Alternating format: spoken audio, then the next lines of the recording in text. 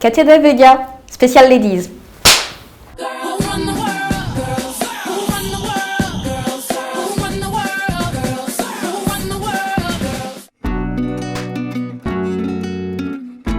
J'ai fait une fac de psycho. Ensuite, ça me plaisait plus, donc j'ai changé de voie complètement et je me suis lancée dans la création.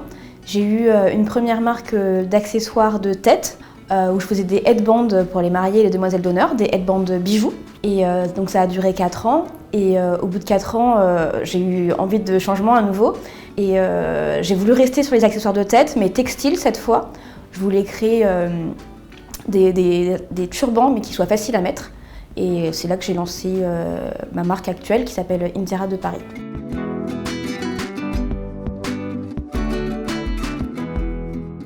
En fait, j'ai toujours été quelqu'un de créatif.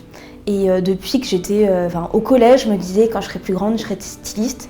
Et je sais pas vraiment d'où ça vient parce que j'ai pas forcément de styliste dans ma famille. Mais c'est quelque chose auquel je pense depuis très longtemps en tout cas. Quand j'ai fini mes études de psycho et que je me suis rendu compte que c'était pas ce que je voulais faire de ma vie, et c'était un petit peu par hasard, c'est quelqu'un qui m'a envoyé dans une boutique de perles et je me suis rendu compte que en fait, c'était possible de faire ça de sa vie. Et c'est là où j'ai eu un déclic en me disant en fait si j'ai envie de faire ça, je peux le faire.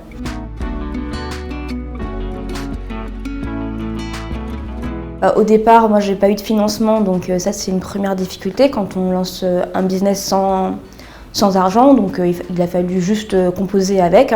Donc par exemple au départ, j'avais pas de photographe, j'avais pas de mannequin professionnel, j'avais pas de vidéaste non plus pour me faire mes tutos, donc tout était fait par moi-même, avec des personnes que je connaissais qui étaient bénévoles, etc. Chaque difficulté, après on peut la surmonter, mais c'est vrai que le manque d'argent, c'est la difficulté principale, je pense. Moi, le but de ma marque, c'est de rendre toutes les femmes belles. Un turban, en fait, c'est un accessoire qu'on va mettre sur la tête un jour où on n'a pas forcément envie de se coiffer, et tout de suite, ça va pimper notre look, même si, en fait, on a mis 30 secondes pour se préparer. Et je pense que c'est vraiment ce que j'ai envie d'apporter aux femmes, c'est la facilité au quotidien, faciliter la vie des femmes, en fait. En tout cas, en France, moi, je sens qu'il y a vraiment un élan de l'entrepreneuriat au féminin. Je vois beaucoup de marques qui sont lancées par des créatrices qui commencent à émerger.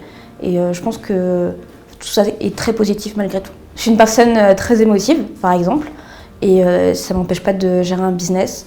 C'est vrai que je vais le gérer, je pense, d'une manière différente qu'un homme. Ça ne veut pas dire que c'est une mauvaise manière, en fait. C'est juste différent.